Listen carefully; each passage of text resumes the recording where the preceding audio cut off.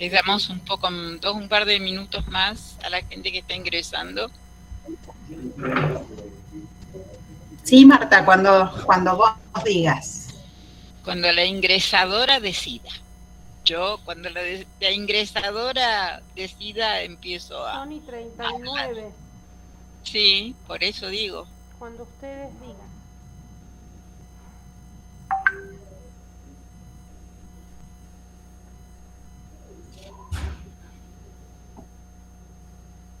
Gracias, Marcela Romani. Buenas tardes.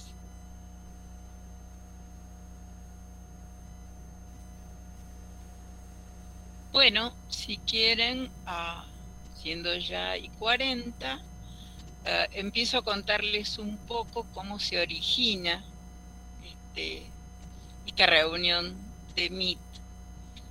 El año pasado, en julio, fue cuando se creó la Comisión de Educación y en ese momento empezamos a comunicarnos, las integrantes del momento, que éramos la mitad de las que somos ahora, empezamos a comunicarnos hechos significativos en el ámbito educativo, ¿no? Hablamos, el primer tema que surgió fue el tema de la inclusión de personas con discapacidad en el ámbito del aula normal, entre comillas, ¿no? De la escuela regular. Y analizando qué significaba para el funcionamiento del aula. Y de allí hablamos también del tema que a mí personalmente me apasiona, que es la dislexia. Y entonces se presentó la consideración de las familias a las cuales pertenecían los alumnos discapacitados. Surgió el tema del acompañamiento de las maestras integradoras.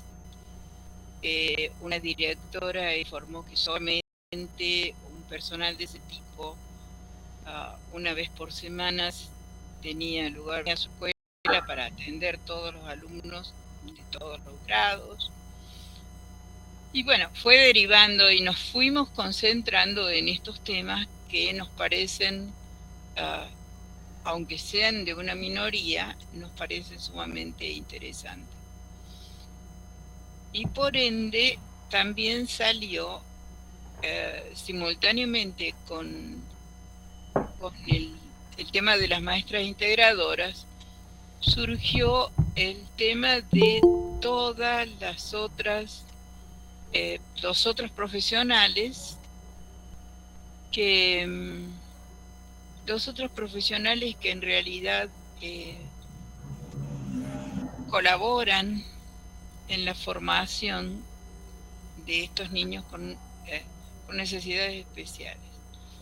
El paso siguiente fue cómo se mantenían esos profesionales, cómo las familias tenían que abonar esas actividades, y realmente llegamos al punto en donde muchas familias dicen no tenemos la posibilidad de pagar, no tenemos posibilidades de pagar psicopedagogas, fisioterapistas, fonoaudiólogos,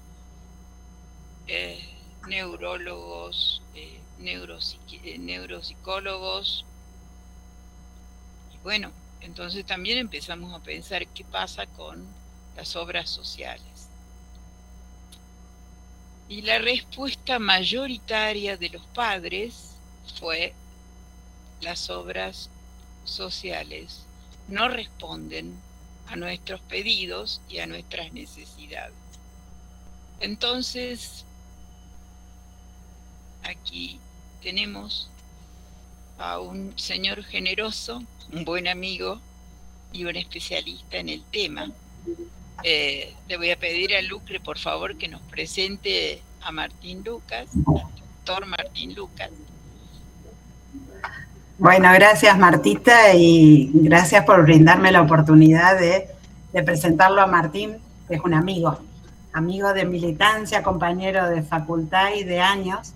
El doctor Martín Lucas actualmente es el vicepresidente, uno de los vicepresidentes del Comité Provincia de la Unión Cívica Radical, es abogado y es amparista y por ahí él, su tarea específica tiene que ver con todos estos amparos ante las obras sociales. Entonces yo creo que para el tema discapacidad y dificultades, como lo habíamos planteado dentro de la comisión, tiene mucho para aportar porque es con lo que él cotidianamente seguramente trabaja y conoce la realidad de muchísima gente que tiene que recurrir inclusive a esas cuestiones, a amparos, a que tengan que buscar asistencia profesional para que las obras sociales puedan hacerse cargo de estas cosas que nosotros desde la escuela las necesitamos y obviamente alguna persona con discapacidad la necesita. Así que Martín, gracias por acompañarnos a la Comisión de Educación en este tema y por ahí todo tuyo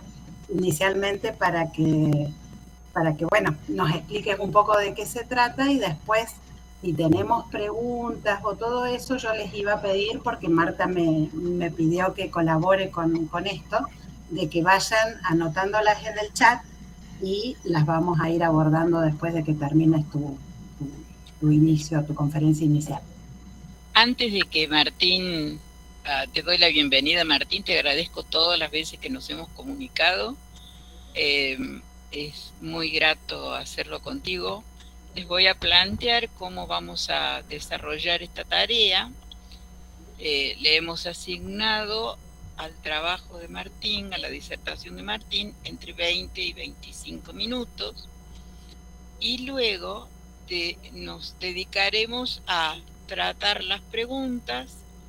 Por favor, no lo interrumpamos, dejemos que él desarrolle toda la temática y hagamos las preguntas después, por escrito si las tenemos, y si no, recurrimos a la manito, hacemos señas y nos comunicamos. Y mientras tanto vamos a quedarnos desmuteadas todas nosotras para que la comunicación sea mejor, más nítida. Agradezco todas las... saludo a quienes no saludé todavía. Liliana Ruiz no te había saludado, Miriam Madusi tampoco. No tengo más nombres a la vista. Muy agradecida en nombre de la Comisión de Educación por su presencia, por vuestra presencia. Allá vamos. Gracias. Bueno. ¿Ya ahí se me escucha bien? Bueno. Sí, Martín. Bueno, en primer lugar, por supuesto, agradecerles la invitación a la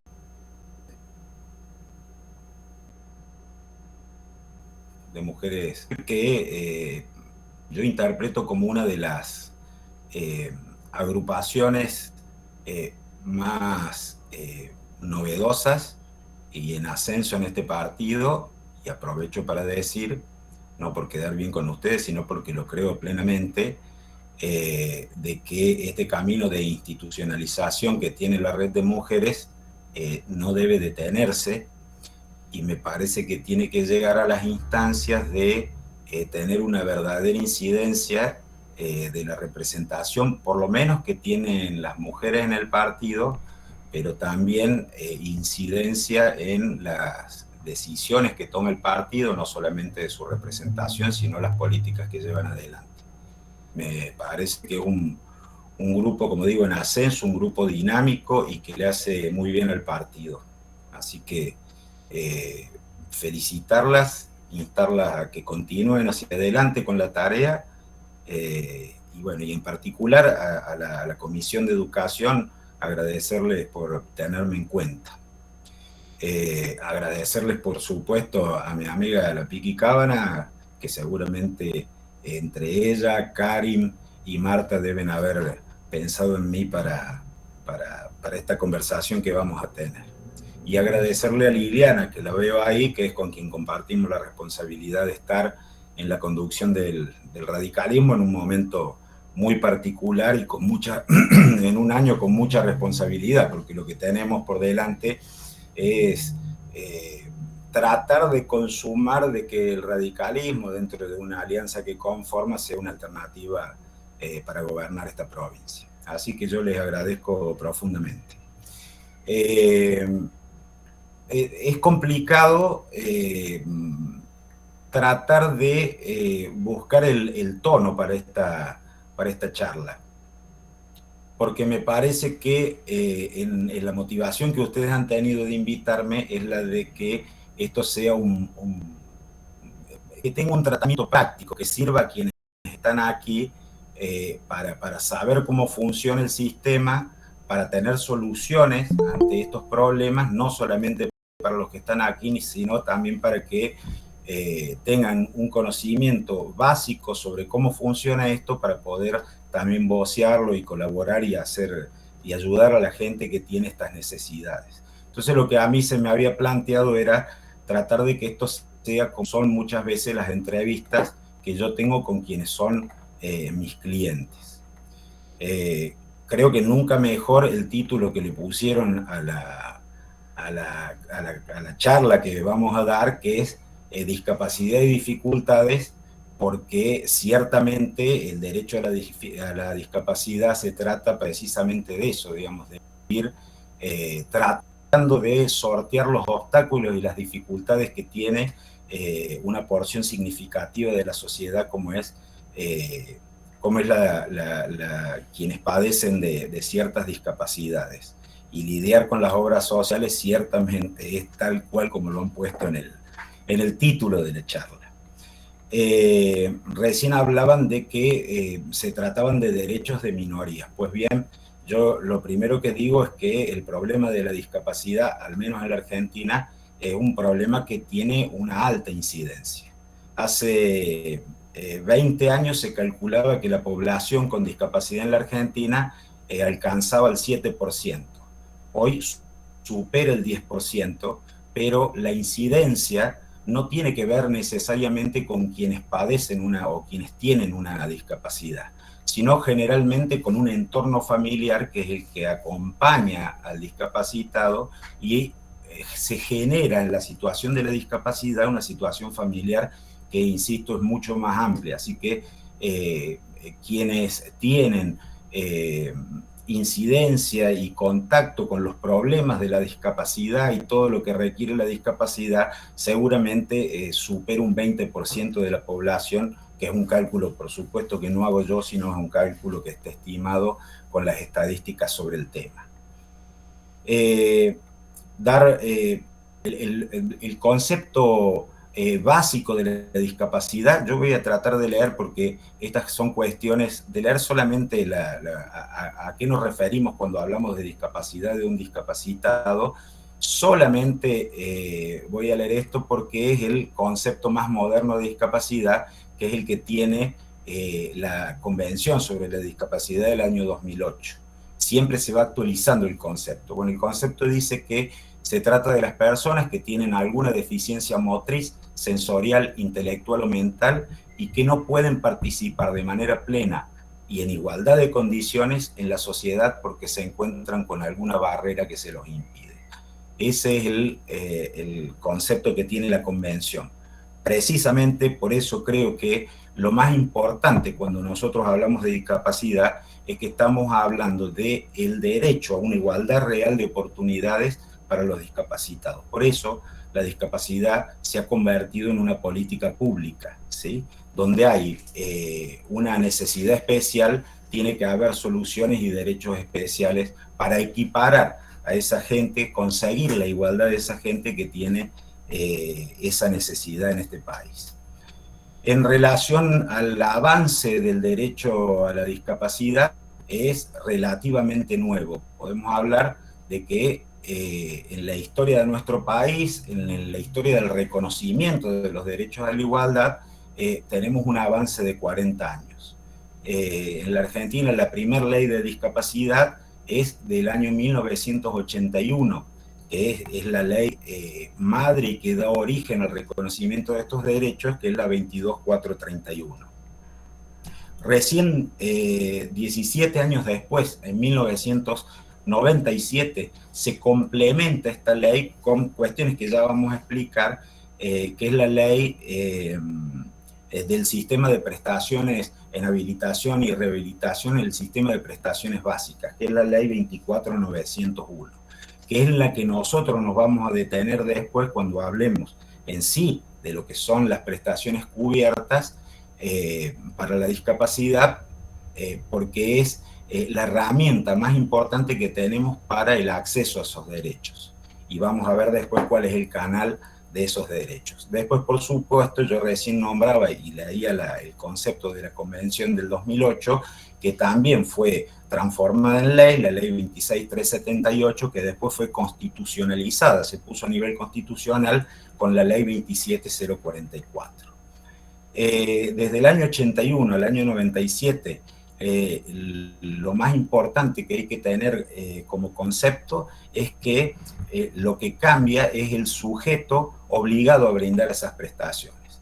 En el año 81 se contempló que quien debía prestar los servicios y las necesidades de la discapacidad era el Estado, y en el año 97 eso se modificó y se puso en cabeza de las obras sociales la obligatoriedad de brindar cierto tipo de prestaciones que son de las que vamos a hablar, que son las prestaciones básicas. Eso fue la primera modificación y la modificación más importante. El concepto de obras sociales, después, como ustedes saben, ha sido extendido. No son necesariamente las obras sociales sindicales, sino que se amplió primero las prepagas, poniéndolas como obligados en igualdad de condiciones que las obras sociales, y después se extendió jurisprudencialmente, porque la ley no lo decía, a todas las instituciones que brindan servicios de salud, como por ejemplo el PAMI, como por ejemplo el APROS en el caso nuestro.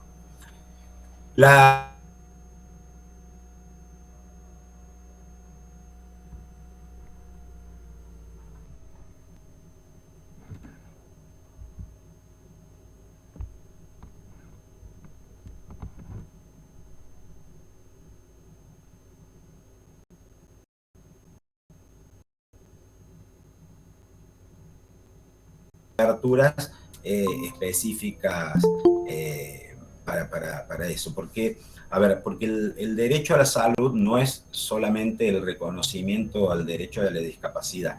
La discapacidad es un elemento más del reconocimiento del derecho a la salud, donde hay un gran número de sistemas protectorios que todos tienen como motivación la equiparación al resto de la sociedad.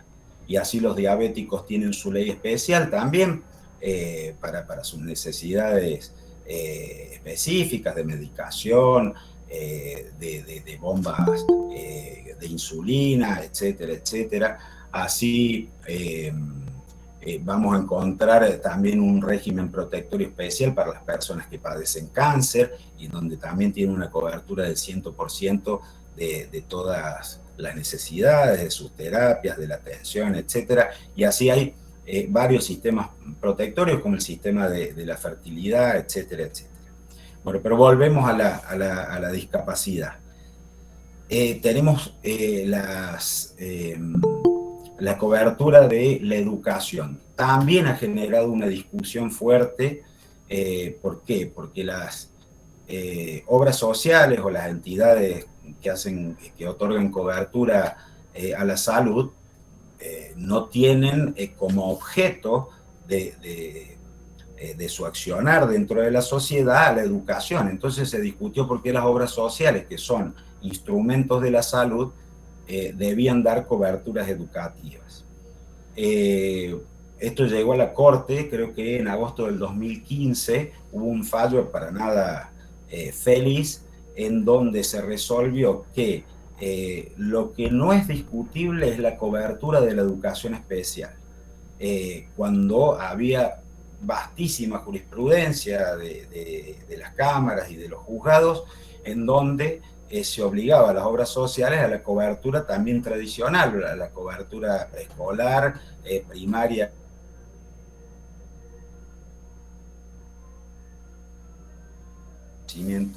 del derecho a la discapacidad. Después se complementa la ley con prestaciones complementarias. La ley prevé, por ejemplo, hasta coberturas económicas. Familias que tienen una persona con discapacidad entre sus miembros y que tengan una situación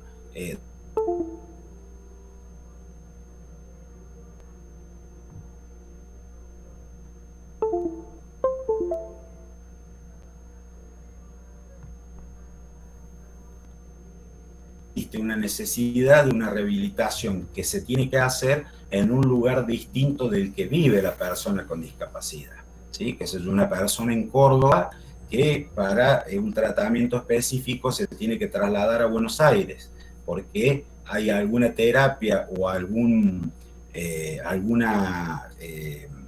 evaluación que solamente se puede hacer, por ejemplo, en el FLENI, qué sé yo, por ejemplo, los estudios de marcha durante muchos años solamente se hacían en el FLENI. ¿Qué preveían estas coberturas económicas?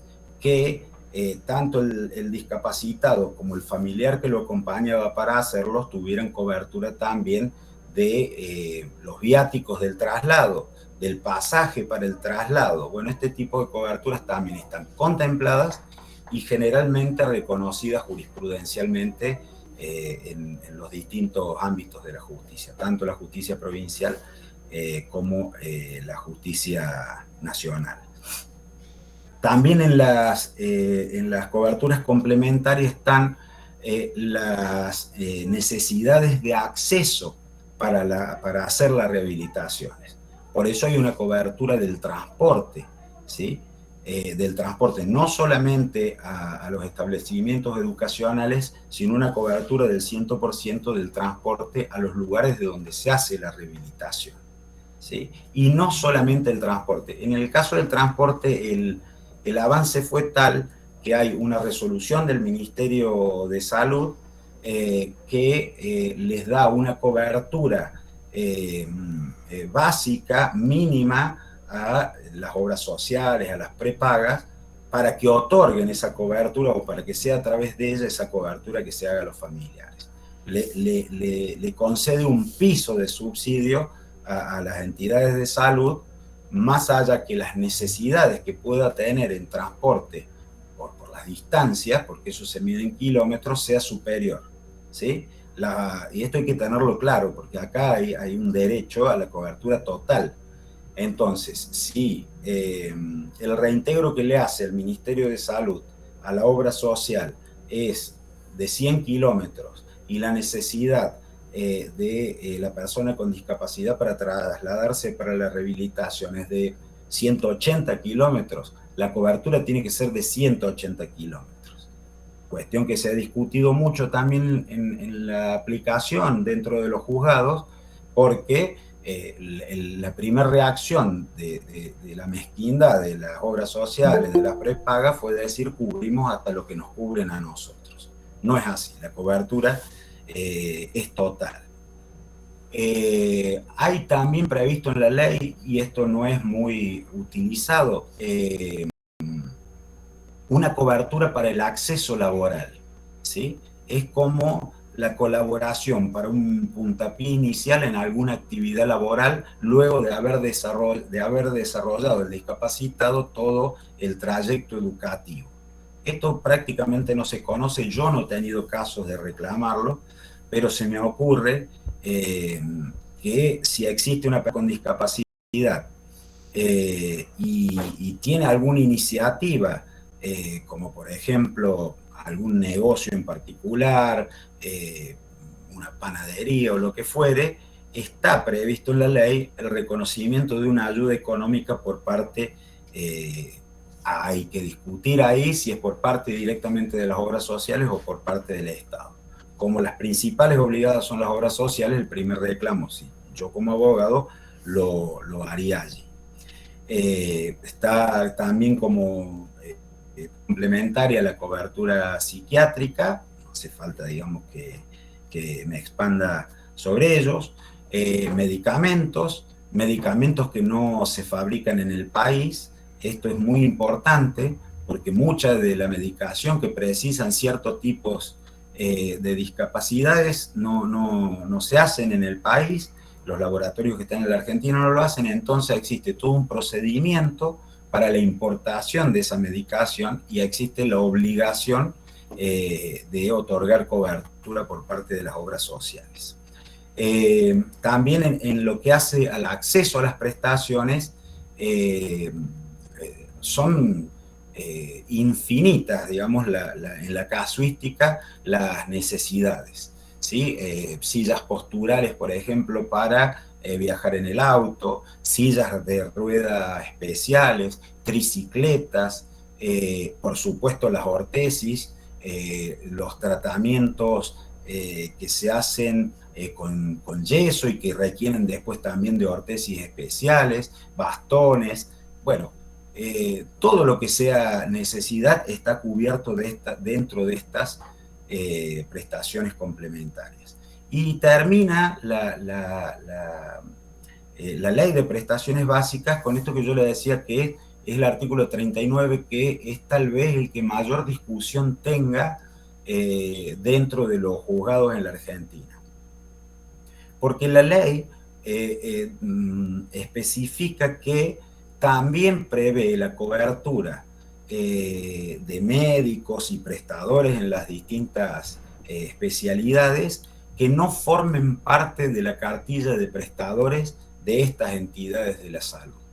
Y esto genera mucha discusión. ¿Por qué? Porque las obras sociales dicen, bueno, está bien, yo te voy a cubrir la fisiatría, pero te lo voy a cubrir con mi profesional prestador con el que yo tengo un convenio para que te haga la prestación. Bueno, en la jurisprudencia hay un montón de elementos que han justificado la participación de estos profesionales. No solamente porque tengan que ver con una especialidad que no lo cubran otros prestadores. El caso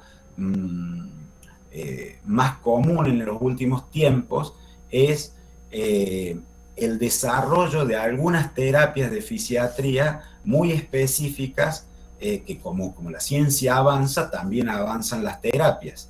Y esas terapias no las realizan todos los prestadores. En esos casos está previsto también la cobertura. A ver, hay una terapia que se llama, dentro de la fisiatría, que se llama TheraSuite, un método TheraSuite, que es un método adaptado de lo que era el entrenamiento de los astronautas para generar una mejora en la marcha de quienes padecen discapacidad motriz. Bueno, eso no estaba establecido, no había profesionales o casi profesionales en Córdoba con esa especialidad. Entonces, bueno, se pedía la cobertura y te decían, no, bueno, yo fisiatra tengo, pero no tenés fisiatra que esté especializado en la terapia del TheraSuite.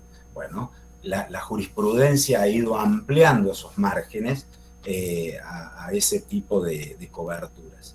Y otro caso muy común es cuando las rehabilitaciones han comenzado previo a la solicitud de la cobertura, ¿sí? Donde hay un niño o un mayor que tiene una adaptación específica a un grupo de profesionales interdisciplinarios que hay una adaptación, un acostumbramiento y hay un buen resultado generalmente.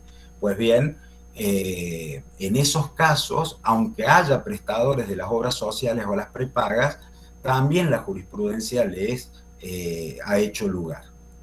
Bueno, la tarea nuestra de los abogados, que tiene que ver con el de cómo se efectúan estos derechos de los que estamos hablando. Bueno, a partir, yo les decía recién, de la reforma del 94, se incorporó el artículo 43, que es el que reconoció a la acción de amparo o la elevó a nivel constitucional. La acción de amparo ya existía previamente a este reconocimiento, es una garantía que en la Argentina surgió como una creación pretoriana, o sea, la crearon los jueces mero en su jurisprudencia, en el reconocimiento. Después tuvo un reconocimiento legislativo, hubo una ley nacional primero, después las provincias hicieron prácticamente a imagen y semejanza de la ley nacional también sus propias leyes, la 4915 en el caso de Córdoba, y después tuvo el reconocimiento constitucional, o sea, un camino inverso de lo que generalmente hacen los derechos conocidos primero a partir de la Constitución Nacional, o en el caso, después del 94, de los tratados internacionales, que como bien saben ustedes, tienen jerarquía también constitucional por el artículo 75, inciso 22, y por el 75, inciso 23, que es la posibilidad de incorporar nuevas convenciones como derecho con rango constitucional, que es lo que pasó con esa convención de la que hablamos recién del año 2008, que se constitucionalizó a través de una ley. Bueno, ¿cómo funciona en la práctica? Porque no vamos a explicar cómo funciona el amparo. Digamos, el amparo es dentro de los procedimientos de la justicia, de los procedimientos comunes, el que tiene mayor celeridad, ¿sí? Es el que tiene menos etapas dentro de su proceso que hacen que tenga una resolución muy rápida, muy pronta. Pero aún así, las acciones de amparo van siempre acompañadas con una medida cautelar. La medida cautelar es una institución del derecho procesal civil que se adosa a un amparo para obtener el reconocimiento de ese derecho antes de que exista un reconocimiento de fondo, esto es a través de una sentencia. Y estas medidas cautelares son muy importantes porque lo que existe generalmente cuando uno solicita un amparo, que tiene muchísimos requisitos para su admisión, y por eso hay que especializarse en una ley que tiene 17 artículos, pero hay que especializarse porque la jurisprudencia es vastísima. Lo que existe generalmente es un peligro en la demora, ¿sí?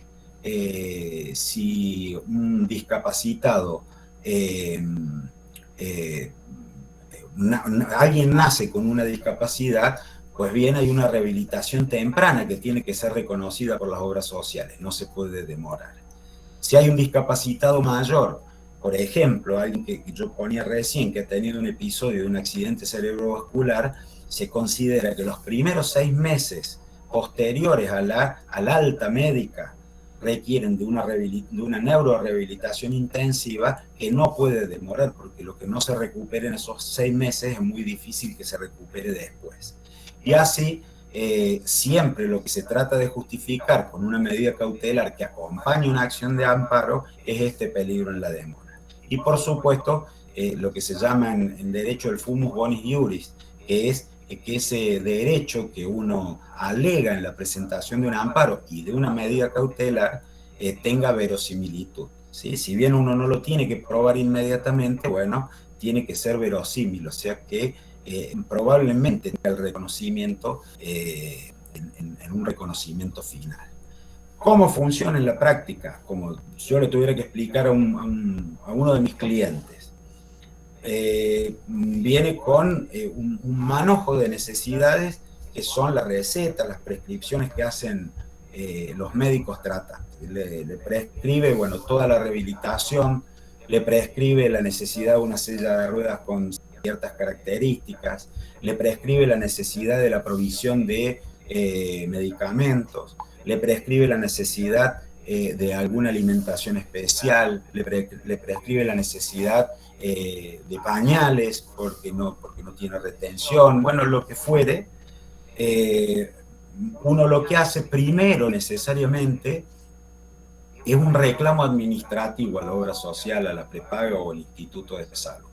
Se lo pone de aviso que si no va a hacer, no va a brindar esa cobertura que tiene derecho por ley la persona con discapacidad, inmediatamente esto va a ir a los estrados de la justicia. Se los emplaza, se le pone un plazo y el apercibimiento que se hace es precisamente ocurrir a los estrados de la justicia y pedir a través de una acción de amparo el reconocimiento de ese derecho por parte de un juez.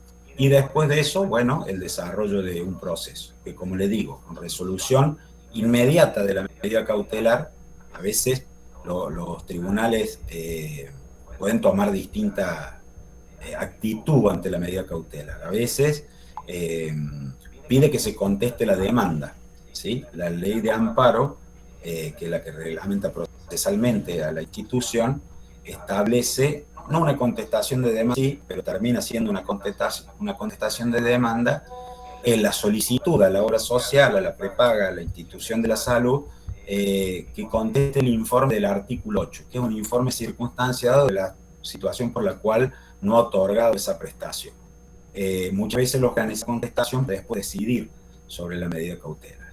Y otras veces lo hacen, como es la naturaleza de las medidas cautelares, que se resuelven inaudita parte, se llama, se resuelven sin que exista esta contestación. Pero también puede considerar el tribunal que como no existen los elementos de las medidas cautelares, que como yo le decía, son el peligro en la demora y la verosimilitud del derecho, puede rechazarlo sin perjuicio de ello, continúa el juicio de amparo, que como les decía antes, es un juicio muy rápido, donde la prueba es una prueba acotada, en donde no existe la etapa de los alegatos. Entonces se traba la litis con la presentación de la acción, con la contestación del informe del artículo 8, se produce rápida, prontamente una prueba, la prueba más necesaria, no hay discusión, porque no hay alegatos, y inmediatamente pasa a la resolución del juzgado en cuestión.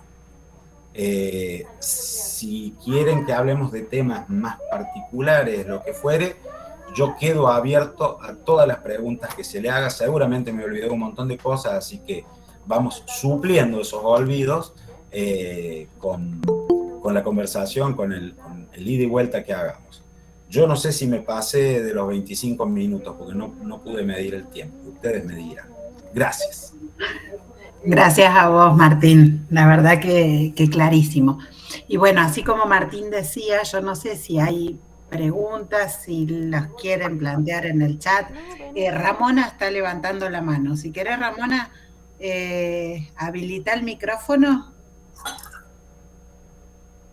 Sí, ahora sí. ¿Me escuchan? Sí. Sí, bueno, yo tengo mi hijo con síndrome de Down. Tenemos APRO por mi trabajo, o sea, ya estoy retirada. Él no ha tenido ningún inconveniente hasta la fecha en toda la rehabilitación que tuvo. Bueno, ahora ya va a cumplir 30 años. Es muy independiente, gracias a Dios. Puedo llegar a morir tranquila, que sé que puede manejarse solo. La pregunta es, el tema que decía de lo laboral con la obra social, que no lo entendí muy bien. ¿Cómo funciona eso? Bueno, primero me da la posibilidad de hacer una aclaración que tiene que ver con APROS. Ustedes saben que la obra social con mayor cantidad de afiliados, o el Instituto de la Salud con mayor cantidad de afiliados en Córdoba, el APROS, ¿sí? Hay 600.000 personas, sí, por lo menos, que tienen la cobertura de APROS en Córdoba. Así que estamos hablando de un caso muy importante. APROS no utiliza el sistema de prestaciones básicas como el resto de las obras sociales. Tiene un sistema propio que se llama SAID, que es un sistema de atención a la discapacidad que, en comparación con el sistema nacional, es un sistema menguado, ¿sí? Porque, por ejemplo, un rehabilitador en cualquiera de las especialidades en el orden nacional cobra, por ejemplo, 10, y APROS a su rehabilitador le paga 6, 7, y le paga después de 6 meses. No tiene una buena cobertura en discapacidad desde mi punto de vista y desde mi experiencia, la Administración Provincial del Seguro de Salud. Primer problema. Segundo problema, estoy utilizando su pregunta no para contestarle todavía, sino para hablar de Córdoba. Segundo problema con APROS.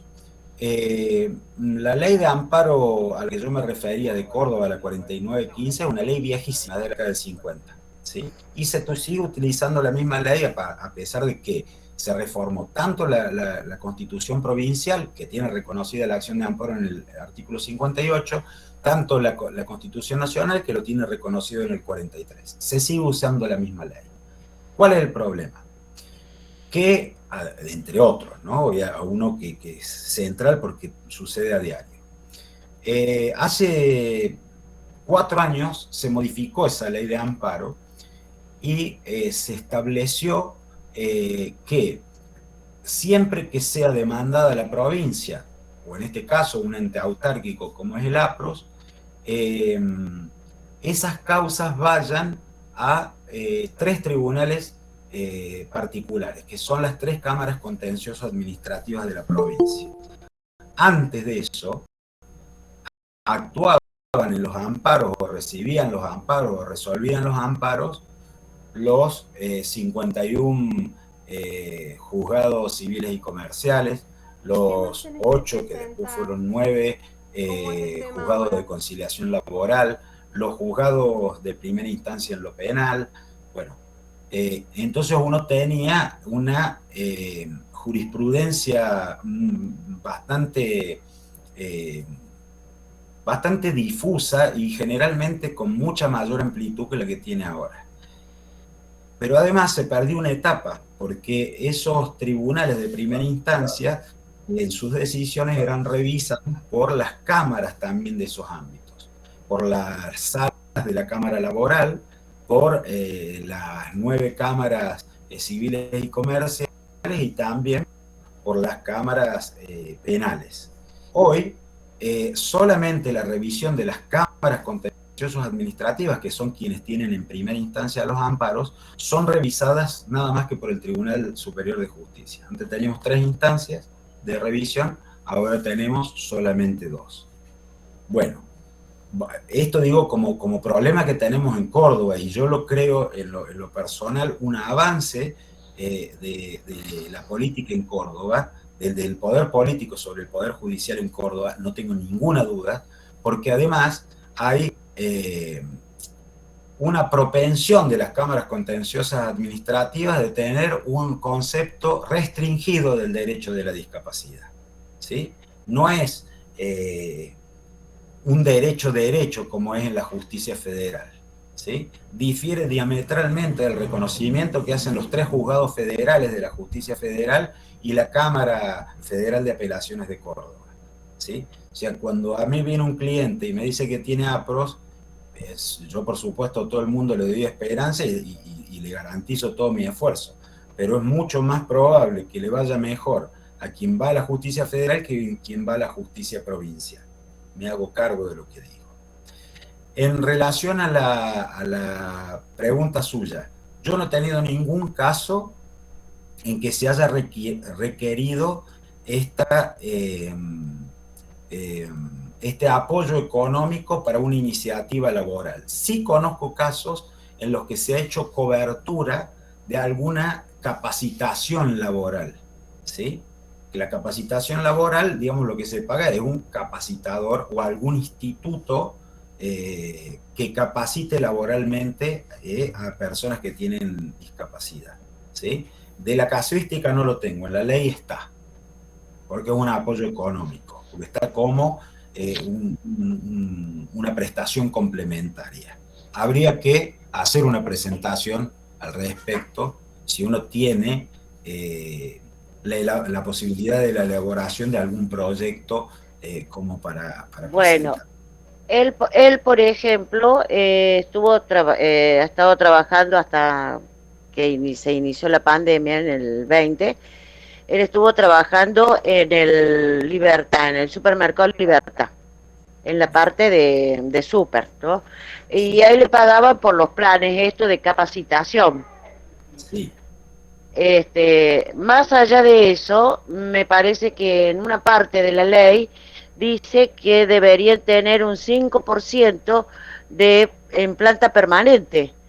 A él, como a varios, había dos chiquitos con discapacidad, uno mi hijo y otro una chica. La otra niña no tenía síndrome de Down, sino tenía otro tipo de discapacidad. Bueno, él quedó, obviamente se cerró todo en el tema de la pandemia, pero es pueden obligar a un lugar a tenerlo como en planta permanente Mire, por la discapacidad o no. las primeras leyes fueron en el ámbito público, ¿sí? La Municipalidad de Córdoba, por ejemplo, tiene una ordenanza que le asegura ese 7% del que hablábamos, porque esas estadísticas quedaron viejas, pero que haya un 7% de la planta de empleados de la municipalidad como planta permanente de la misma, que tengan discapacidad. Eso no se cumplió nunca en esa medida. Sí hay casos en que la municipalidad ha hecho ingresos de personas con discapacidad. Y sí hubo casos que llegaron a la justicia con resoluciones más o menos, ¿sí? ¿Por qué? Porque ustedes saben que cuando uno presenta un juicio, lo que se resuelve es un caso en particular, aunque eso sirva como un antecedente jurisprudencial, pero se resuelve un caso, no el caso de todo. Entonces, no puede ser una presentación abstracta de decir yo voy a pedir que, no, porque van a decir, bueno, no tenemos demanda de un 7% de personas con discapacidad para el ingreso. Y después se ha ido avanzando con otro tipo de políticas, con sugerencias en el ámbito privado, ¿sí? Pero no hay, uno de los primeros obstáculos que tiene la discapacidad es la falta de información, ¿sí? Es la falta de información, sobre todo en estas cuestiones. Hay un pilar del derecho que dice que la ley se supone conocida por todos. Bueno,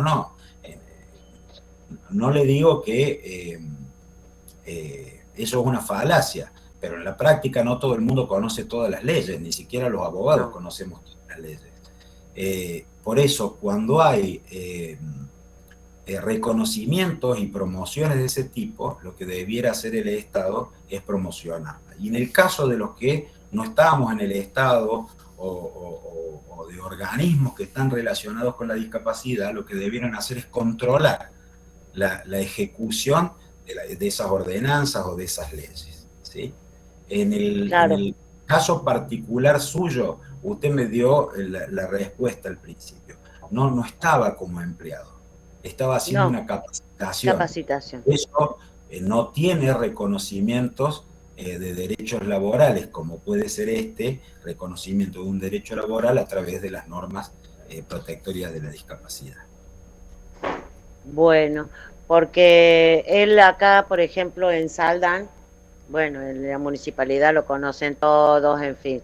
Y siempre le digo, bueno, a ver si un trabajito para Walter acá, bueno. Sí, yo lo vamos a dar. Entonces, cuando yo le dije al intendente, Cayetano Canto de acá, que no es de lo nuestro, dijo, bueno, dice, ya te lo voy a poner a ubicar en algún lado, qué sé yo, le vamos a dar una beca. No quiero beca. Quiero que lo emplee como cualquier otro si vos lo ves que anda solo por todos lados. Bueno, me dice, ya lo vamos a ver.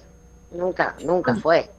Lo que tiene que hacer Ramón ahí, en el caso de la municipalidad, primero averiguar si existe una ordenanza que contemple esto. Esto se hizo, hubo hace 20 años, 25 años, veo que las leyes y las ordenanzas se van contagiando, ¿sí? Digamos, si hay un reconocimiento de la provincia, después empiezan los municipios, los consejos deliberantes a sanciones de este tipo. En el lugar donde está usted, ¿sí? Usted tiene que averiguar si existe una norma de ese tipo. Va con un currículum de su hijo y pide el reconocimiento de ese derecho, demostrando que en la planta permanente no hay un porcentaje de empleados que tengan discapacidad. Es lo que yo haría en el caso de su hijo. A ver, ¿qué, Ramona? Ya después vamos a contactar por privado y si querés te ayudo, vemos. Bueno, cómo no, Lucre, dale. Te digo. Dale, bueno, muchas gracias, doctor. Por favor. Vale Stephanie pidió la palabra y quería hacer una consulta por el tema de las DEA. Vale, ¿estás por ahí? Estoy. Les pido disculpas por no usar la cámara, pero tengo poquita batería y se va a bajar más rápido.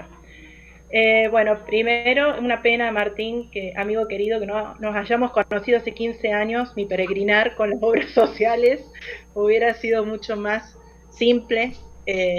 Durante muchos años fui terapista de niños con parálisis cerebral. Hace 15 años, imagínate lo que era esto, cómo nos caminaba sobre todo el APROS. Eso de cobrar 6 meses más tarde y lo que era APROS quería y como quería. Pero bueno, mi pregunta puntual, Martín, es la siguiente. Porque nosotros estamos hablando de discapacidad, ¿sí? Para acceder a las terapias. Mi pregunta puntual es, ¿qué pasa cuando hablamos de DEAs, que son las dificultades específicas del aprendizaje, como serían, por ejemplo, síndrome desatencional, dislexia, discalculia? No estamos hablando de una discapacidad, estamos hablando de una dificultad. Como prestadora me sucede lo siguiente. Cuando se trata de determinados tipos de dislexia, donde necesitamos terapias más complejas e integradoras, donde estaríamos hablando de fonoaudiología, neurología, psicología, psicopedagogía, terapia ocupacional, es como que se empiezan a incrementar las terapias y entonces la obra social nos responde que tenemos que solicitar el famoso CUD, Certificado Único de Discapacidad. Pero no estamos hablando de una discapacidad, estamos hablando de una dificultad. Este CUD, además, hace que empiecen a entrar en juego otro tipo de cuestiones, entran en juego las famosas DAI, que son las docentes auxiliares, integradoras, y entonces la escuela a veces, alegremente, nos dice que tenemos que solicitarle a la escuela especial la adaptación curricular. El niño transcurre su vida así, familias felices y contentas porque tienen todas las terapias que se ha solicitado, todos contentos, pero el chico termina la secundaria, quiere iniciar su vida universitaria y, oh sorpresa, tenés un CUD. No podés estudiar lo que vos quieras acá. Mi pregunta específica es, ¿qué hacemos, Martín, con estos casos? Donde terminamos cayendo en el CUD, que es una sentencia para el chico, ¿sí? ¿Cómo nos manejamos? ¿Qué otras herramientas o estrategias podemos utilizar para presionar a las obras sociales para que se hagan cargo de lo que se tiene que hacer cargo? Porque ellos no se quieren hacer cargo de educación, pero la educación también hace a la educación mental, a la salud mental, perdón. Está todo ensamblado, va todo de la mano. ¿Cómo se puede hacer? Porque de hecho nuestros legisladores hace poquitos años han sancionado una ley en la provincia de Córdoba donde las obras sociales se tienen que hacer cargo de las DEAs, pero ellos insisten en el CUD. ¿Qué podemos hacer, Martín? Gracias. Hola, Vale, querida, ¿cómo te va? Mira, primero has dado la respuesta, ¿sí? Porque salvo en el caso de la dislexia, que es la única que tiene una ley especial, las demás entran todas a través de la ley de discapacidad, aunque no sean una discapacidad, ¿sí? El caso más común es el del déficit de atención, el déficit de atención, que es considerado también, cuando se requiere el certificado de discapacidad, como una discapacidad. Y esto es lo que abre las puertas a ciertas coberturas. Después lo que has hablado tiene que ver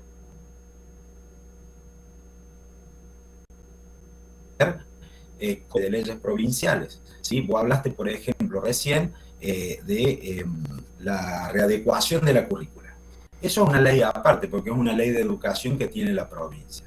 Bueno, yo conozco el caso de muchísimos padres en donde requieren al docente a cargo de un curso, de un grado, lo que fuere, que haga la readecuación. No se le hace nunca la readecuación, nunca. Y tienen este problema. Ya diga usted, Marta, lo que quiera, no estoy yendo en desmedro de los docentes, pero el docente que tiene gran cantidad de responsabilidades encima también tiene que hacer una readecuación curricular para una persona que tiene discapacidad. Pero también cuando hablaste de la salud mental, también hay una ley de salud mental específica, que es la que habría que aplicarse en el caso de algunos tipos de enfermedades mentales, que no hablamos de discapacidad mental, sino de enfermedades mentales. Por eso digo, es muy complejo. Y después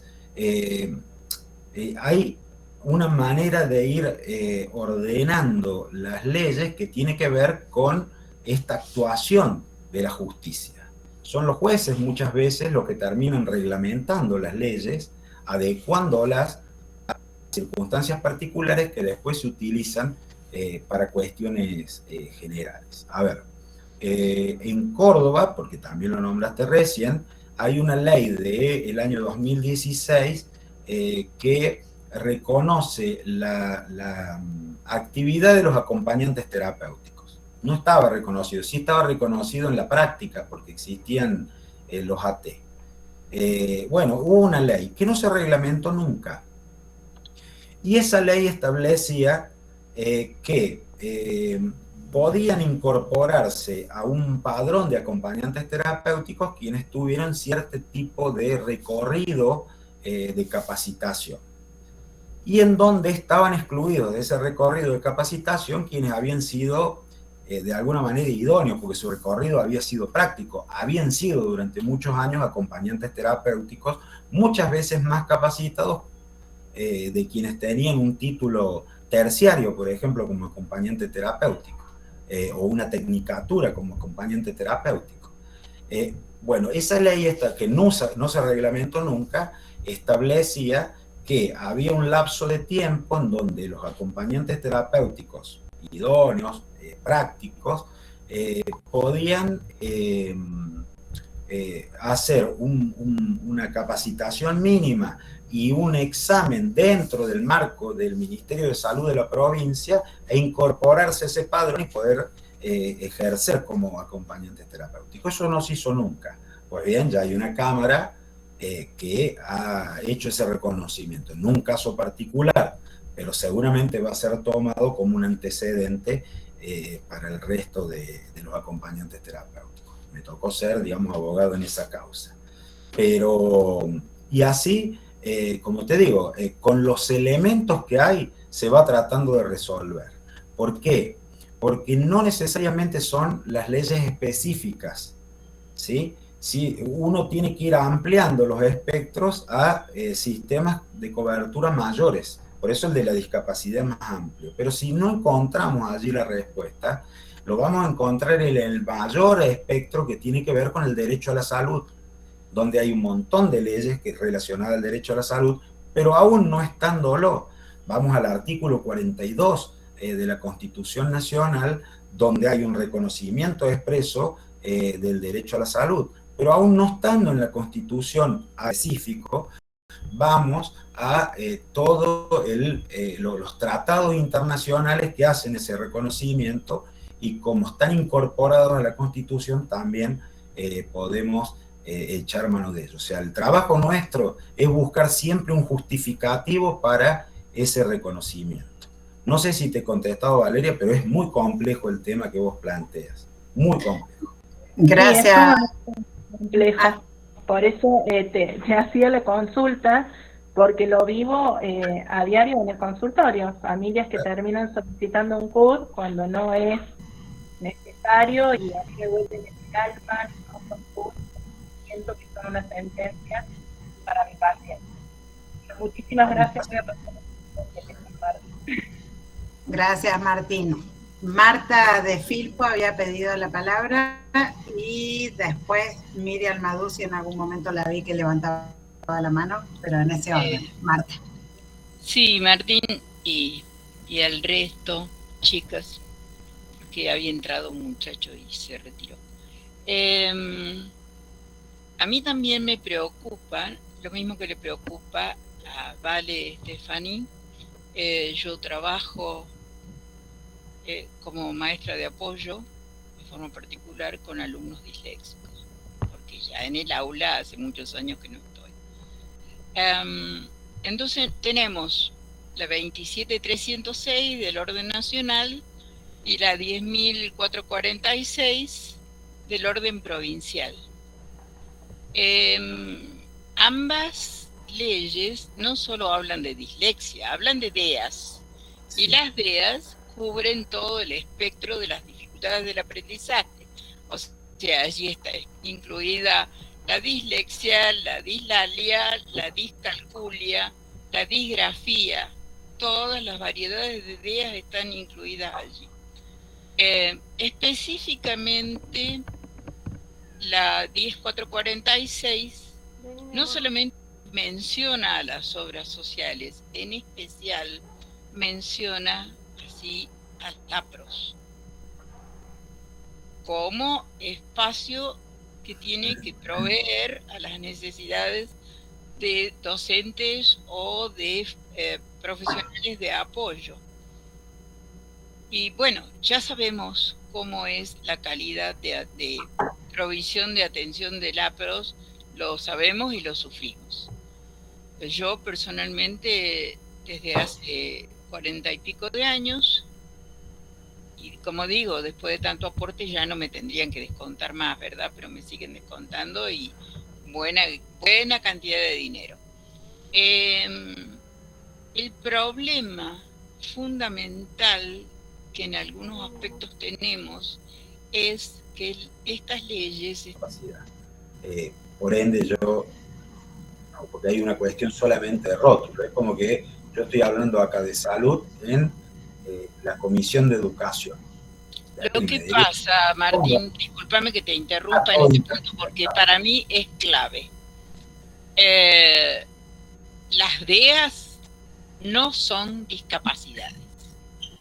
Las personas con DEAs son capaces de aprender cuando la forma de enseñarles es la adecuada. Y aprenden muy bien porque no tienen una discapacidad, tienen una forma neurológicamente reconocida, estudiada, de aprender. Sus procesos mentales son distintos de los habituales, de los comunes, pero no está puesto en juego su capacidad de aprender. No tienen una discapacidad, tienen una capacidad diferente de aprender. Entonces no podemos, aquí ya no se trata de un duelo, se trata de tomar gente inteligente, creativa, con capacidad de aprender y tener que soportar. No les hace falta recorte de contenido, lo que hace falta es un cambio en las tecnologías, en las tácticas, en la pedagogía, en la forma de enseñanza. Y el artículo 6, tanto de la 27.306 cuanto de la 10.441, el artículo 6 estipula, tiene 6 puntos, y estipula claramente cuál debe ser el tratamiento del alumno con DEAs en el aula. Entonces no podemos someter a esas familias a que saquen un certificado de discapacidad cuando esas criaturas, ¿no es cierto?, que padecen dislexia, van a ir aprendiendo, van a llegar a un nivel de hacer carreras universitarias variadas y sin embargo van a cargar con un certificado final de sus estudios donde dice: este alumno ha cursado bajo el sistema CUT, lo cual significa que no tiene la entera validez. Inclusive algunas personas hace un tiempo tuvieron que hacer un juicio, tuvieron que ir a la justicia. Era una persona con síndrome de Down que quería hacer una carrera y tuvo que ir a la justicia para que le dieran un certificado, un analítico sin esa leyenda, porque si no, la universidad no lo dejaba ingresar. La podemos hacer así, me parece. Quiero que quede clara lo que digo, lo que pasa es que la discapacidad y el certificado de discapacidad tiene una amplitud enorme. Yo tengo una clientita, que se llama Arena. Arena tiene esa enfermedad que se llama de los huesitos de cristal. Por ende, tiene que ir al colegio con acompañante terapéutico, porque la tiene que asistir permanentemente para que no se quiebre, que no se golpee, no se caiga, no se quiebre. Bueno, es la mejor alumna. No, creo que por más que tenga el certificado de discapacidad, está terminando ahora el colegio secundario, va a ser una carrera universitaria y va a ser, no tengo dudas, que brillante. Como hay quienes tienen solamente el certificado de discapacidad por problemas motrices y que no tienen ninguna dificultad en el aprendizaje. Y van a entrar a la universidad habiendo obtenido todas sus coberturas a partir de un certificado de discapacidad. Por eso digo, lo del certificado de discapacidad se ha hecho mucho más común, mucho más común. El problema estaría ahí en quien requiera como un condicionante para el ingreso a un sistema universitario, terciario, una educación posterior, quien requiera o que ponga como condición la inexistencia del certificado de discapacidad. En ese caso sí yo le voy a hacer un amparo a la Universidad Nacional de Córdoba o a la Universidad Siglo XXI o a la Universidad Católica, porque lo que están haciendo es generar una discriminación, ¿sí? Y la discriminación también tiene una cobertura constitucional que a mí me permite hacerle un amparo a esa entidad para el ingreso de eso. Y usted va a decir, no hay derecho para eso. Y bueno, para eso está el derecho y para eso estamos los abogados. Yo, por eso le digo, me parece un problema, yo lo entiendo, porque además conozco en la casuística, uno lo que hace es ir creciendo con las familias de la discapacidad, con las madres de la discapacidad. ¿Sí? Yo hago esto hace más de 20 años. Entonces uno ya es parte de esa familia y conoce no solamente de sus problemas objetivos, sino de su subjetividad, conoce de sus sentimientos. Uno no digo que se acostumbra, pero ver llorar, ¿sí?, es muy común en lo que uno hace, ¿sí? Por eso yo le hablaba del duelo. Eso es en los primeros momentos. Ustedes acá son todas mujeres, creo, así que nadie se va a enojar, digamos, pero yo reconozco una fortaleza absolutamente superior en la mujer que en el hombre para afrontar estos problemas. Se lo va a ver como casi como un fenómeno. Eso se ha mejorado en el último tiempo, pero casi como un fenómeno que terminan habiendo divorcios por la imposibilidad que tiene el varón de soportar esta presión, digamos, y ni siquiera poder atravesar el duelo. Como que hay muchos casos que también son los padres los que llevan a la rehabilitación a los niños, que los llevan al médico, etc. Bueno, no es una generalización. Sí hay mayoritariamente sucede. Pero digo, hoy no es un estigma el certificado de discapacidad. No es un estigma. Una última palabra y me callo. Es realmente, a mí me resulta muy difícil hacer que las madres acepten siquiera sacar un turno para llevar a las criaturas al neurólogo, cuando a lo mejor ya han hecho jardín de 4, jardín de 5, primer grado, segundo grado, tercer grado, y no han aprendido a leer. Y por allí recién los traen. Entonces lo primero es decir, por favor, una cita con un neurólogo. Las maestras en la escuela no pueden decirlo, pero yo en mi casa sí puedo. Y bueno, y es una cosa, es un golpe terrible. Estoy hablando de mamás que no lo aceptan, pero bueno. Marta, pasa con muchísimas de las discapacidades. Todo lo que es el espectro autista, TGD, trastorno generalizado del desarrollo, en la mayoría de los casos, eso se empieza a visibilizar con la educación, o en el jardín, o en primer grado, porque quienes están más capacitadas para advertir algunas falencias en el desarrollo cerebral son las maestras, ¿sí? Deberían. No, bueno, yo digo, porque generalmente van al neurólogo después que la maestra le dijo, mire, algo pasa con su hijo, de hacerlo ver, y el espectro autista es muy, muy amplio, ¿sí? Muy amplio. Entonces está desde el del síndrome de Asperger, Sí, claro. evidente, hasta algunos que son solamente TGD, digamos, que tienen algún déficit particular en lo que hace a su conformación, qué sé yo, carecen de empatía, por ejemplo, y solamente eso, y son brillantes en otros aspectos, en aspectos Así educativos. es. Digamos, la casuística es muy amplia, muy amplia.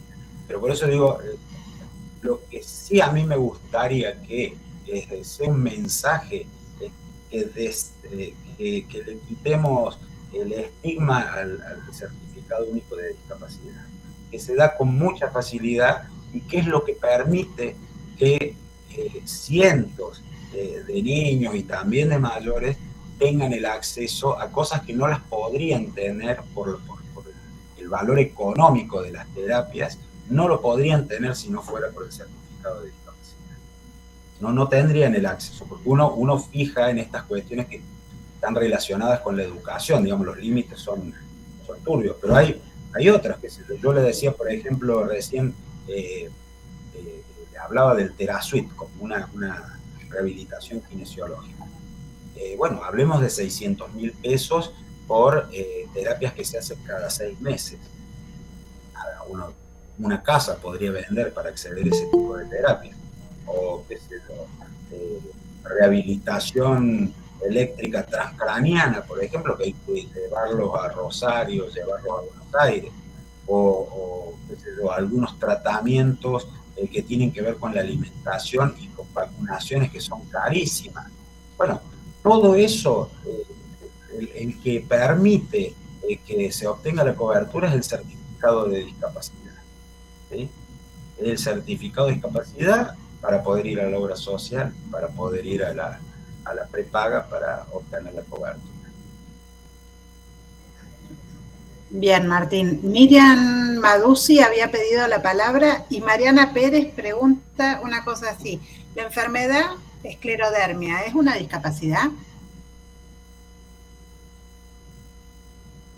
Debe tener algo que ver con la piel, pero no lo sé, no soy médico. Listo. Miriam Madusi. Bueno, buenas tardes a todos.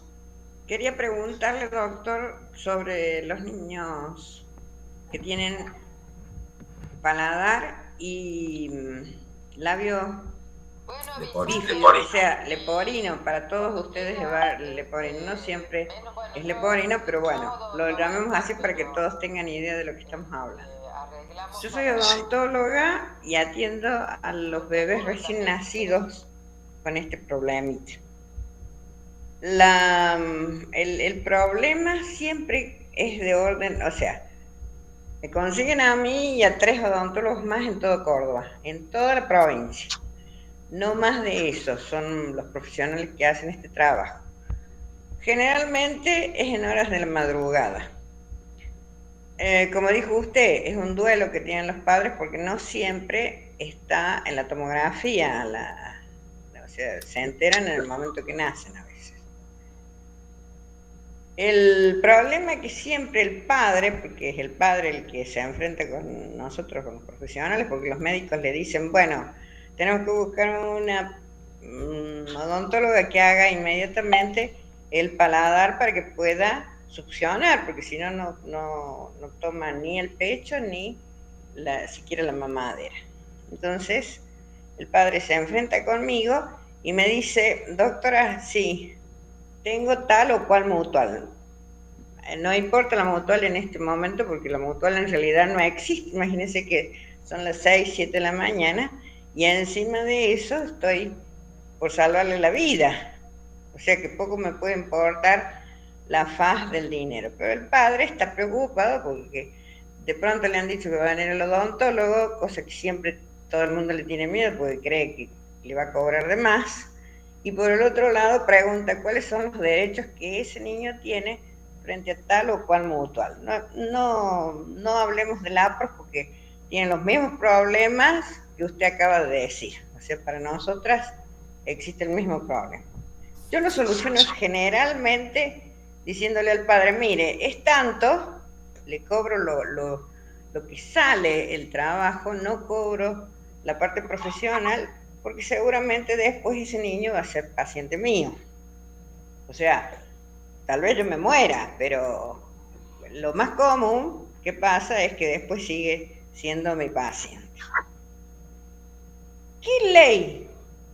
Ahora viene el problema. ¿Qué ley, aparte de la Constitución Nacional, tiene ese papá y el odontólogo también? Porque también es una falta de respeto hacia el odontólogo. Yo lo hago de puro, qué sé yo, de decir, bueno, va a ser mi paciente después, pero ¿qué ley nos ampara a nosotros y al padre para que las mutuales tomen desde el vamos ese problema? Porque imagínense que yo tengo que hacer un certificado que lo atendí tal día, que es cierto, que es verdad lo que tienen, tengo que ir con todos los modelos a la mutual, llámese cualquiera. Pregunta para que... ¿Cuál es la incidencia paladar difícil? ¿Cuál es la incidencia? Sí, ¿en la vida? No, en el verso de Argentina, de 1 cada 1000 a 20.000. Sí, es 1 cada 15.000. Bueno, ¿qué es lo que haría yo? Cada vez son más, porque la medicina logra de que todas las otras afecciones que tiene, porque generalmente tiene otras afecciones, lo mantengan con vida. En realidad a mí me llaman porque hay que darle de comer y tiene que comer. Entonces la forma más fácil es poniéndole el paladar de acrílico. Claro. Pero yo siempre he desconocido, porque no me han enseñado en la facultad y tampoco lo saben muchos los odontólogos, qué es lo que a nosotros nos ampara para decirle, sí, mire, usted tiene que abonar tal cantidad, o de lo contrario la mutual le va a abonar tal cosa. Eso, porque la ley está muy linda en la Constitución, pero cuando yo estoy ahí con esa circunstancia que le acabo de decir, es mucho más grave todo. A veces el papá dice, bueno, doctora, ¿cuánto es la consulta? Yo cobro la consulta del consultorio particular, que en este momento está alrededor de 1.900 pesos. Que no es lo correcto. Debería cobrar la consulta adentro de una maternidad, con todos los riesgos que eso tiene en el día de hoy por la pandemia. Pero saquemos la pandemia, porque es una cosa momentánea, saquemos la pandemia, veamos cuál es el inconveniente más serio que tengo, no para cobrarle, porque no es que la gente no quiera cobrarle, lo que yo no quiero es caer por ignorancia en pasar como una vividora de un paciente que está tratando de empezar a vivir y que me necesita a mí como fundamental médico en ese momento para poder comer. Bien. Bueno, o sea, lo que yo desconozco es lo que usted sabe. Bueno, usted viene con ese problema. Lo que yo tengo que se me está Miriam, ahora cerra el micrófono. Ahora sí. Lo que yo tengo, usted viene con un problema, ¿sí? Este problema. Entonces lo que yo tengo que hacer como abogado, tratar de ponerlo en un lugar ese problema, que encuentre un lugar en donde se encuentre solución. Por eso le pregunté la incidencia. Lo primero que yo me fijaría es en la incidencia. ¿Por qué? Porque si tiene una baja incidencia, eso entra dentro de un sistema protectorio que se llama enfermedades poco frecuentes, ¿sí? Que como todas las demás están asimilados al PMO, al programa médico obligatorio.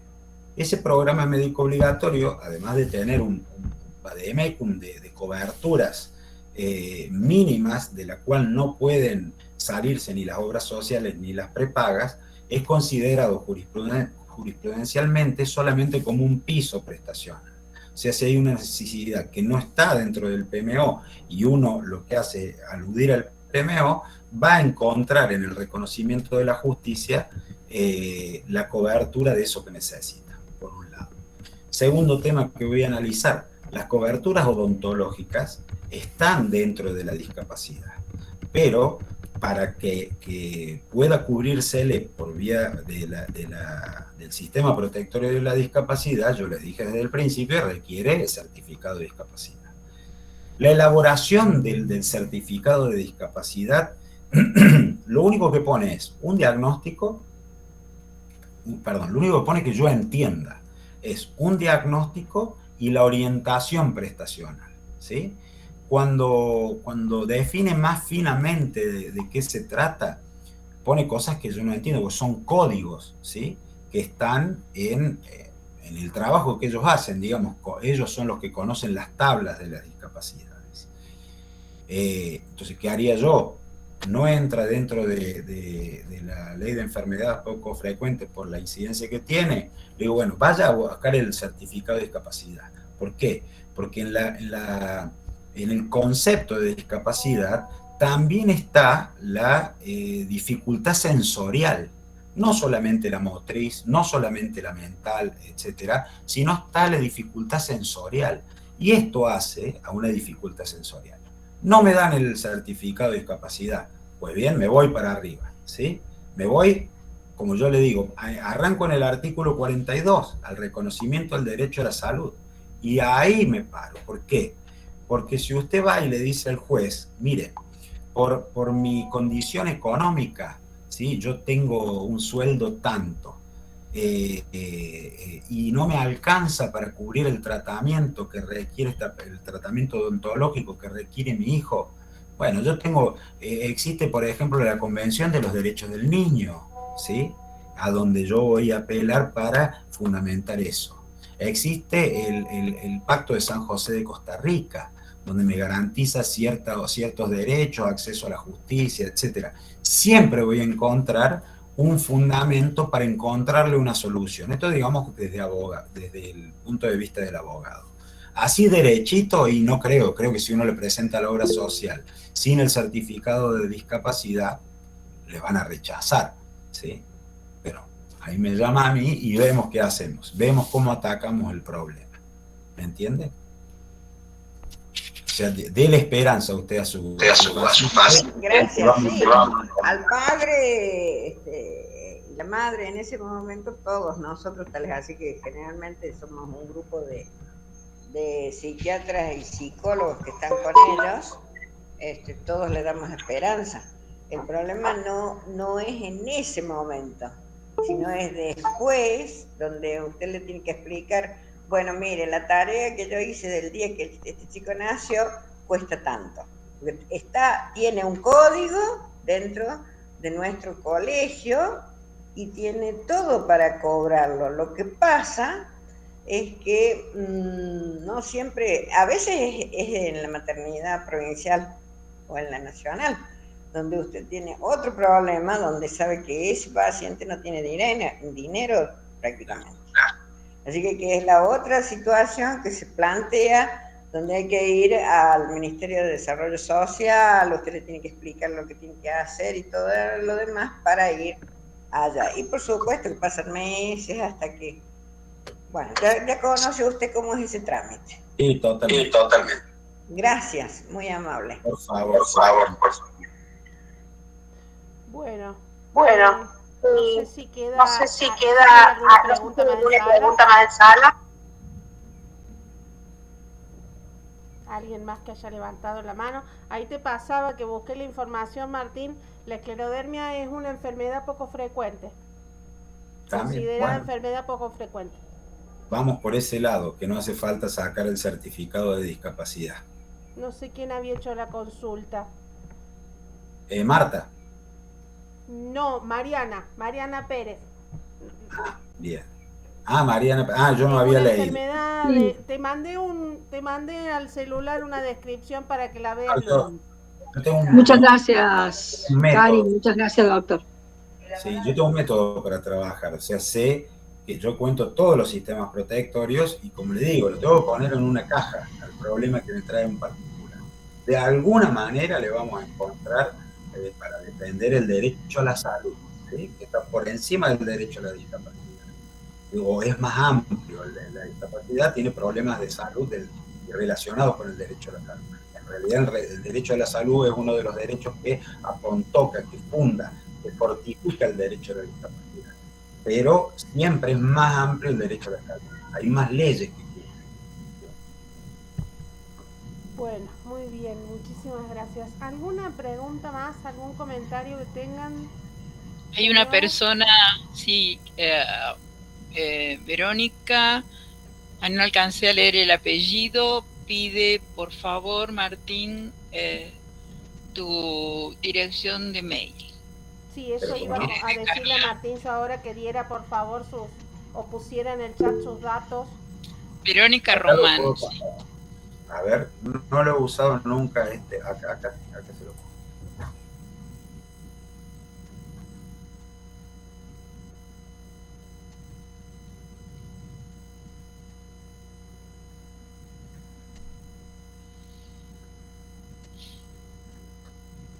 Mientras Martín pone los datos, que si querés se los paso hasta. Me falta, ahora que falta una S. Sí, te iba a decir. Lucas. Porque por coqueto no me pongo los anteojos. No sos el único. Ahí está. Ese. Ahí está. Perfecto. Bueno, lucas@yahoo.com.ar. Exacto. Si no tenemos ninguna consulta más, lo vamos a dejar a Martín. Sí. Les voy a agradecer.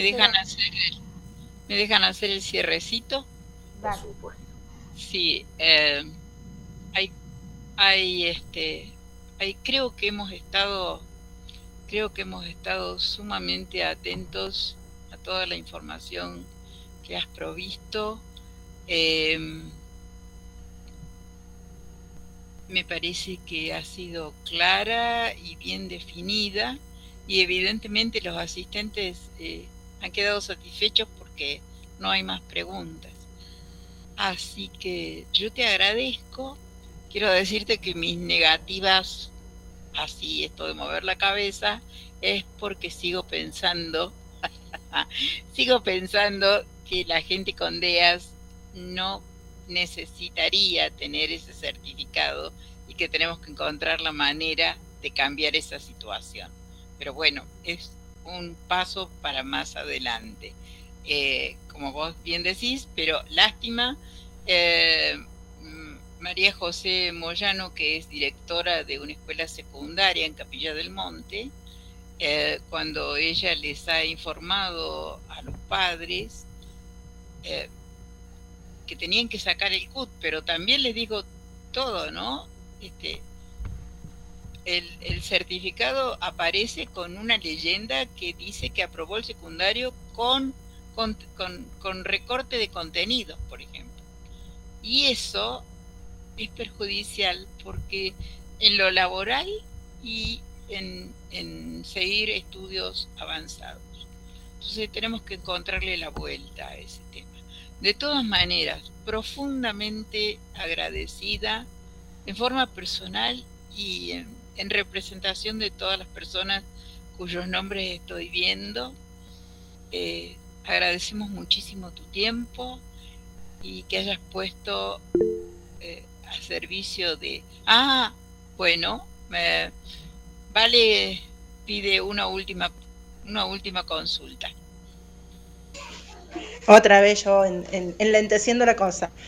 No, de golpe es como que entendí más o menos cómo viene la cosa. No es que lo entendí, lo he vivido, lo vivo a diario y a veces hay que ponerlo en palabras como es para poder comprenderlo.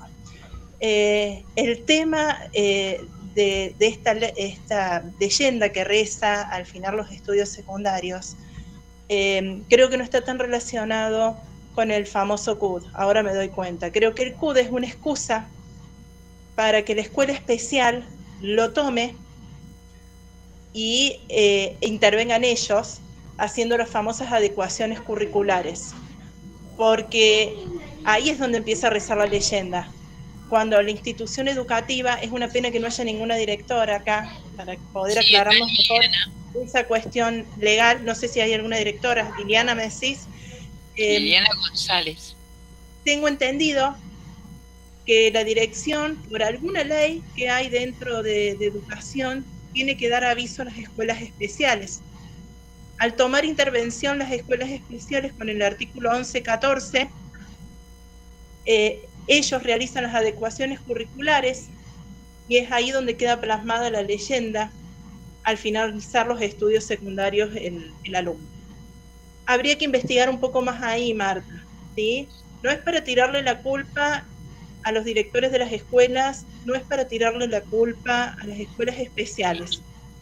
Simplemente es para investigar y ver si realmente el problema está en el certificado único de discapacidad. Que nos duele decir, bueno, tiene una dificultad, no tiene una discapacidad. ¿Por qué un CUD? Echa la ley, echa la trampa. No sé si es así, doctor Lucas. Pero me parece que va por ahí la historia. Quizás deberíamos investigar un poco más el artículo 1114, la incidencia que tiene en esta famosa leyenda que después está al finalizar los estudios, y por qué no pensar que a lo mejor algún abogado como el doctor Lucas o el doctor Lucas pueda sentar algún precedente para que esta leyenda deje de estar en este analítico y nuestros pacientes, sus alumnos, puedan acceder en el día de mañana a la carrera que deseen estudiar sin que esto sea un impedimento, porque son disléxicos, no tienen otra dificultad. Aprenden el mundo de otra manera, miran el mundo de manera diferente, aprenden de manera diferente. Es una dificultad, sí, a veces no es fácil. Pero bueno, me parece que va por ahí. No sé, dejo abierta la puerta. Investiguemos por ahí. Nada más. Estás muteado, Martín. Martín, está silenciado. Martín. Ahí está.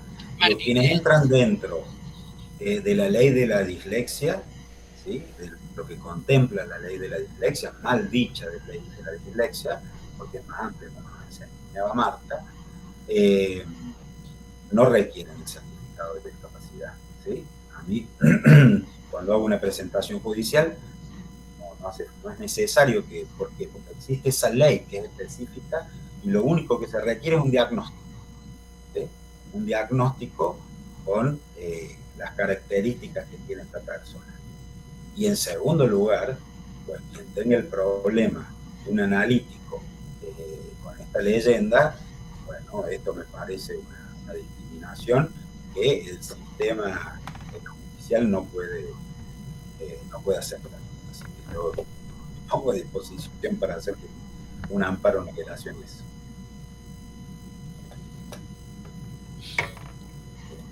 Bueno, gente querida, la verdad que nos hemos tomado muy buen tiempo para todo esto, así que doblemente agradecida, Martín, porque un tiempo muy valioso nos has dedicado y me siento sumamente feliz de haber estado en este tema, de que hayamos podido mantener esta reunión y no creas que va a ser la última. Muchas gracias. Yo les agradezco mucho y por supuesto quedo a lo que ustedes necesiten, quedo al servicio de la red para lo que fuere. Muchísimas gracias por invitar. Adelante. Bueno, nos estamos viendo, mis queridas, mi querido, nos estamos viendo próximamente. Hasta pronto. Gracias. Muchas gracias, hija, por trabajo. Chao, Martín. Gracias, gente. Gracias, Muchas gracias.